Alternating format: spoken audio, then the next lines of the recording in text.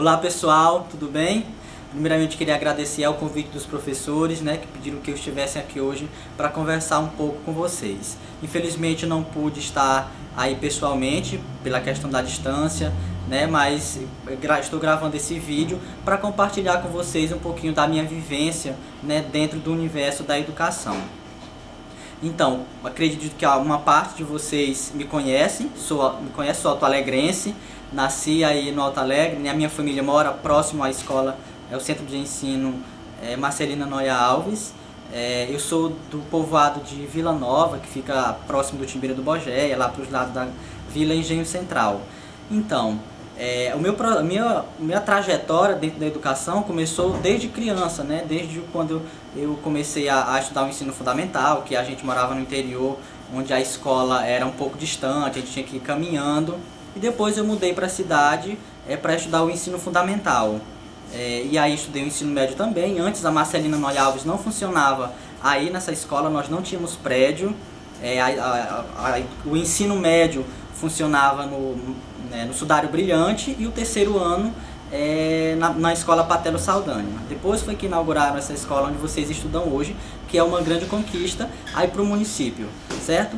E aí, em 2010, eu concluí o ensino médio e fiz o Exame Nacional do Ensino Médio, o Enem, e em 2011 eu entrei para o curso de jornalismo aqui da UFMA. Enquanto eu estudava no ensino fundamental, no ensino médio, eu sempre busquei me envolver em atividades educativas, com programas da escola, como por exemplo o xadrez. Eu fui professor de xadrez na casa do professor, a partir de uma atividade que eu me envolvi durante o ensino fundamental no Colégio Jerônimo Pinheiro. E aí depois, em 2010, quando eu completei 18 anos, eu fui contratado para trabalhar na Secretaria de Educação, mas fiquei trabalhando só até março do ano seguinte, que foi quando eu passei para a universidade e tive que pedir demissão do emprego para poder vir estudar aqui em Imperatriz. Vim para cá sem conhecer ninguém, não sabia onde ia ficar. Era uma cidade que para mim era estranha, porque eu nunca tinha vindo aqui. E foi uma opção minha vir para cá em vez de ir para São Luís, exatamente por ser uma cidade do interior, como eu venho de uma cidade pequena, então eu optei por Imperatriz. E quando a gente chega na universidade, o primeiro desafio é a gente conseguir alcançar o nível dos colegas da gente, porque na minha turma, por exemplo, a maioria deles eram estudantes de escola privada. Então a gente vem da escola pública, a gente traz uma certa deficiência exatamente pelo fato de a nossa escola não ter a mesma estrutura que uma escola privada. Então, o meu primeiro desafio nos primeiros semestres foi conseguir alcançar o nível dos meus colegas. E essa deficiência que eu trouxe do meu ensino médio, ensino fundamental, acabou refletido nas minhas notas, que não foram notas tão boas, mas do terceiro período em diante eu consegui acompanhar os meus colegas e, de certa forma, me tornei uma referência para esses colegas que acabaram me ajudando muito também a conseguir me equilibrar enquanto estudante de graduação dentro da universidade. Então, o primeiro conselho que eu dou para vocês quando forem pensar em entrar numa universidade é escolher onde vocês vão estudar. Qual universidade e qual a cidade. E sempre busque uma cidade que você tenha uma certa relação, uma certa proximidade, porque isso ajuda muito na adaptação de vocês na universidade. Dentro do ensino superior, a gente tem várias possibilidades. Você pode escolher só estudar, ficar só na sala de aula e no final do curso receber o diploma, ou você pode estudar e se envolver nos projetos de pesquisa e de extensão que a universidade oferece. Eu optei por me envolver nos grupos de pesquisa, nos projetos de extensão, porque isso dá uma bagagem de conhecimento muito boa para a gente. E aí entrei no Projeto Alma, que é coordenado por uma professora do curso de Pedagogia e que a gente faz pesquisa nas comunidades quilombolas de Alcântara, que fica aí próximo de São Luís. E aí, a partir desse processo, eu comecei a me destacar dentro da universidade, comecei a participar de congressos, de eventos representando o grupo de pesquisa, indo apresentar trabalhos. E sempre foi uma questão que eu busquei para mim, não ficar apenas com o ensino dentro da sala de aula. Busquei me envolver em outras possibilidades que a universidade oferece para a gente.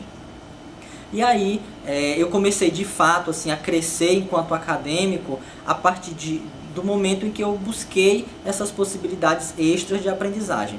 Em 2014 foi o momento que eu consegui alcançar, digamos assim, o ponto mais alto da minha graduação, que foi uma colega minha me apresentou um edital de um programa de intercâmbio, que era uma parceria da UFMA com o Banco Santander. Esse edital de intercâmbio era para o aluno estudar 6 meses, ou seja, um semestre fora do Brasil. E naquele momento as bolsas eram oferecidas apenas para o México, né? E aí eu participei do seletivo com um grupo de aproximadamente 700 estudantes da UFMA, tanto de São Luís quanto do interior do estado, nos camping da universidade, e fui um dos 5 selecionados. Eram 5 bolsas e eu fui aprovado e ganhei uma bolsa de 3.000 euros para ir estudar 6 meses no México.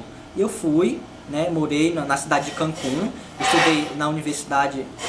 estudei na Universidade Anáhuac de Cancún durante o semestre de julho a dezembro de 2014. Foi uma experiência muito boa, a aprendizagem, né, nesse processo de aprendizagem para mim foi super interessante, porque eu conheci uma cultura nova, conheci pessoas novas, né, então foi todo um processo que contribuiu muito para a minha formação profissional. Eu morei numa das cidades mais conhecidas do mundo, que é a cidade de Cancún, cidade turística internacional, recebe gente do mundo inteiro que vão lá em busca das praias, que são muito bonitas, e o nível de ensino também na universidade que eu escolhi, que era muito alto, que era a Universidade Anáhuac. E aí, o processo cultural que a gente se envolve nesse processo de intercâmbio é muito interessante, porque você acaba agregando para você valores de outras culturas. No caso, a cultura mexicana, né? Que hoje eu trago para mim como uma referência. Eles são um pouco parecidos com a gente brasileiro, eles são extremamente receptivos. Durante o intercâmbio lá nessa universidade, eu trabalhei na TV universitária, eu fui repórter de um programa de entretenimento, e fui diretor de arte de um telejornal, que era o jornal Anáhuac News, que era produzido pelos próprios estudantes. E que foi também um processo de experiência interessante, né? Porque eu trabalhei na produção, trabalhei com repórter diretamente nas ruas com as pessoas. Então, quando eu retornei ao Brasil desse processo de intercâmbio, eu comecei a aprofundar uma pesquisa que eu iniciei lá, que foi sobre o assassinato de um grupo de estudantes, né, que foi uma tragédia. Foram 43 estudantes assassinados pela polícia do México, e eu comecei essa pesquisa com o auxílio da minha orientadora, que para você ir para um intercâmbio, você precisa ter uma orientadora aqui do Brasil. E eu tive a professora Li Shang-Xuen, que me orientou, e ela pediu para mim iniciar essa pesquisa. E aí, quando eu retornei ao Brasil, eu aprofundei essa pesquisa, escrevi um artigo com os demais colegas aqui da UFMA e mandei para um congresso que ia acontecer no Equador, em julho de 2015. E aí o artigo foi aprovado, né, e eu fui apresentar o artigo lá no Equador. Também foi um processo de experiência muito bom, porque é uma outra realidade, é uma outra cultura, e que também agregou muito à minha formação profissional. E aí me formei em setembro, defendi monografia em agosto e colei grau em setembro aqui na UFMA, e quando foi em novembro eu já iniciei meu processo de seleção para o mestrado, que é um outro nível do ensino superior. Aí me inscrevi, a universidade fica no Paraná, é a Universidade Federal da Integração Latino-Americana. Eu me inscrevi no processo de mestrado, né, fui aprovado em 4º lugar, sendo o primeiro estudante daquela universidade a tirar uma nota 10 no projeto e no currículo, né? E nesse momento eu não estou aí com vocês exatamente porque eu estou viajando para o Paraná, né, onde eu vou morar pelos próximos 2 anos, por conta de ter que estar estudando o mestrado. Então, de mensagem que eu deixo para vocês nesse momento é que a gente deve sempre sonhar, e sonhar grande, o máximo que a gente puder sonhar, porque aquilo que a gente coloca na prática a gente deve idealizar primeiro, e a gente idealiza isso nos sonhos, né? Então é essa a mensagem que eu deixo para vocês. E eu acredito que o ensino médio é um processo de preparação exatamente para a universidade, então que vocês aproveitem o máximo que vocês puderem, porque é uma educação gratuita, né? E é uma educação que vocês não têm justificativa de desistirem ou de não estudarem, né? Então o que eu deixo de sugestão para vocês se dediquem ao máximo nesses próximos 3 anos, para quem está entrando agora, para quem está saindo, que faça o Exame Nacional do Ensino Médio, não deixem de fazer, porque essa é a porta de entrada na universidade, em 3 possibilidades, pelo FIES, pelo ProUni e pelo SISU, né, que é um processo de ingresso na universidade. Então o Enem é essa porta de entrada, quem está no 2º ano e quem está no 3º ano deve fazer o Exame Nacional do Ensino Médio.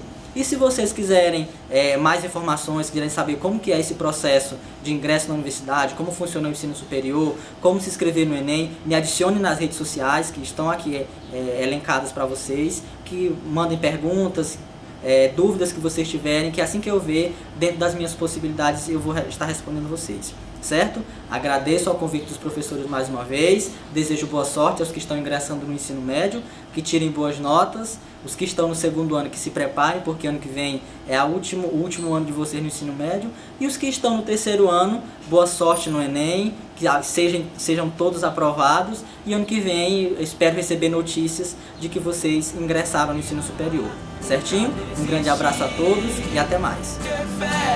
Pois fácil não é, nem vai ser.